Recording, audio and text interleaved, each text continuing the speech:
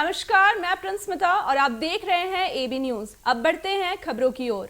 श्रीनगर में गुपकार गठबंधन के सभी 6 घटकों ने विशेष दर्ज की बहाली के लिए संघर्ष जारी रखने का ऐलान किया है। पीएजीडी के अध्यक्ष डॉक्टर फारूक अब्दुल्ला के गुपकार स्थित आवास पर बैठक में सभी दलों ने 5 अगस्त 2019 से पूर्व की स्थिति बहाल करने के प्रस्ताव पर अपनी मुहर लगाई। प्रदेश भाजपा के अध्यक्ष रविंद्र रैना ने कहा कि गुपकार गठबंधन के कुछ नेता कश्मीर में तालिबान जैसा उपद्रव मचाने की साजिश में जुट गए हैं। उनकी यह नापाक हरकत कभी भी कामयाब नहीं होने दी जाएगी। प्रदेश में भारतीय सेना और जम्मू कश्मीर पुलिस आतंकियों के षड्यंत्र को ध्वस्त करने में जान से जुटी है। जम्मू कश्मीर की रेजोल्यूशन में फिर यही इरादा कि कॉन्स्टिट्यूशनल पोजीशन जो 4 अगस्त को हमें मिली थी, मौजूद थी, जम्मू कश्मीर और लद्दाख को उसे रेस्टोर किया जाए।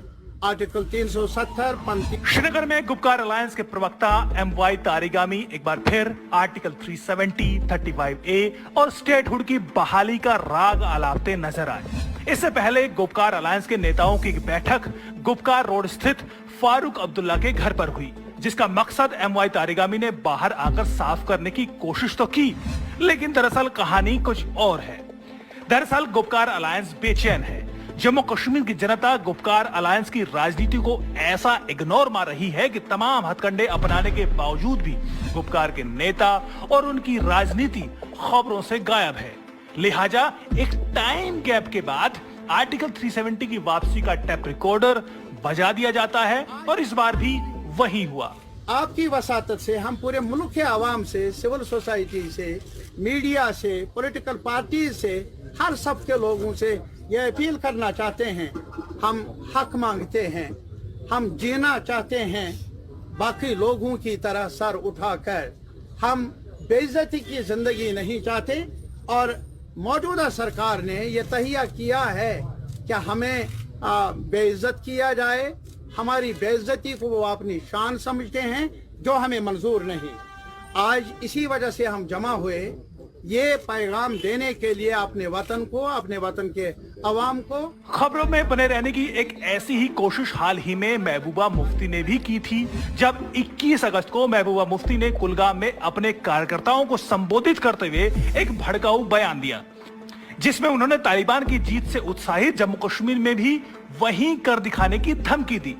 कुलगाम के दूर दराज के क्षेत्र जहां तमाम लोग कश्मीरी बोलते हैं, समझते हैं, वहां ऐसी बयानबाजी हिंदी में, यानी ऑडियंस टारगेट सेट था भारत और पाकिस्तान की जनता। निशाना साफ था कि बदनाम हुए तो क्या, कम से कम नाम तो होगा। सुनिए वो बयान। हिम्मत चाहिए बर्दाश्त के लिए, जो भी जम्मू कश्मीर के लोग बर्दाश्त कर रहे हैं, मगर जिस वक्त ये बर्दाश्त का बांध टूट जाएगा तो तब आप भी नहीं रहोगे, मिट जाओगे। बार बार मैं कहती हूं, बार बार मैं कहती हूं कि हमारा इम्तिहान मत लो, सुधर जाओ, समझ जाओ।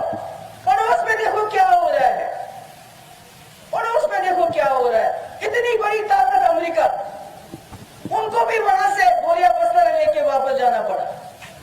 और आपको मौका है अभी भी, जिस तरह वाजपेयी जी ने बातचीत शुरू की थी जम्मू कश्मीर में, यहाँ बाहर के साथ भी और यहाँ भी उसी तरह आप भी जम्मू कश्मीर में बातचीत का सिलसिला शुरू करो।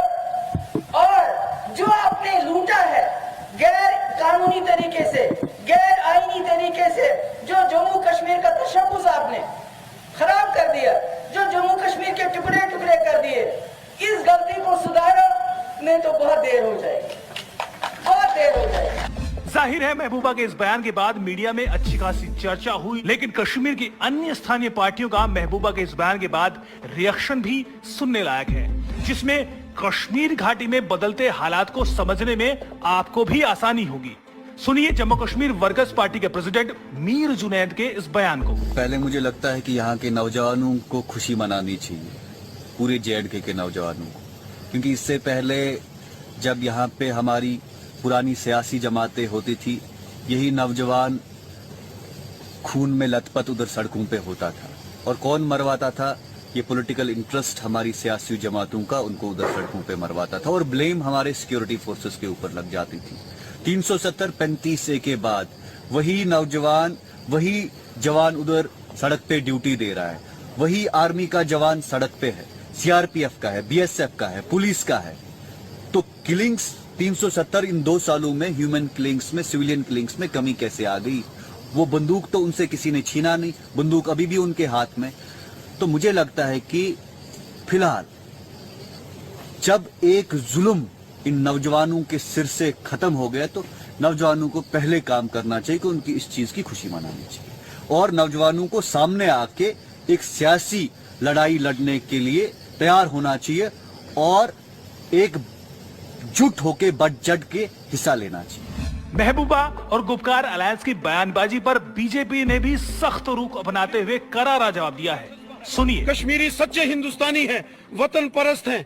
कश्मीरियों ने हमेशा मुल्क की हिफाजत की है, तिरंगा झंडा बुलंद किया है। महबूबा मुफ्ती से किसी को सर्टिफिकेट लेने की जरूरत नहीं है और ना ही गुपकार गठबंधन के नेताओं से किसी को यहाँ सर्टिफिकेट लेने की जरूरत है। कश्मीर का बच्चा बच्चा हिंदुस्तानी है। कश्मीरियों ने पहले भी हिंदुस्तान के लिए कुर्बानियां दी हैं और कश्मीरी आगे भी मजबूती के साथ हिंदुस्तान के साथ खड़ा है।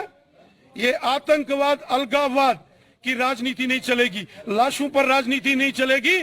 तालिबान का डर दिखाओ किसी और को। गुपकार के नेताओं को गलतफहमी होगी। हिंदुस्तान एक ताकतवर देश है और हिंदुस्तान के प्राइम मिनिस्टर जनाब नरेंद्र मोदी साहब हैं। कोई जो बाइडेन हिंदुस्तान के प्राइम मिनिस्टर नहीं है जो अफगानिस्तान छोड़ के भाग जाएगा। बहरहाल जम्मू कश्मीर की राजनीति आगे आने वाले दिनों में और गर्माएगी क्योंकि प्रदेश में जल्द ही डीलिमिटेशन का काम पूरा होने वाला है। आगे आगे देखिए होता है क्या। रेजोल्यूशन में फिर यही इरादा कि कॉन्स्टिट्यूशनल पोजीशन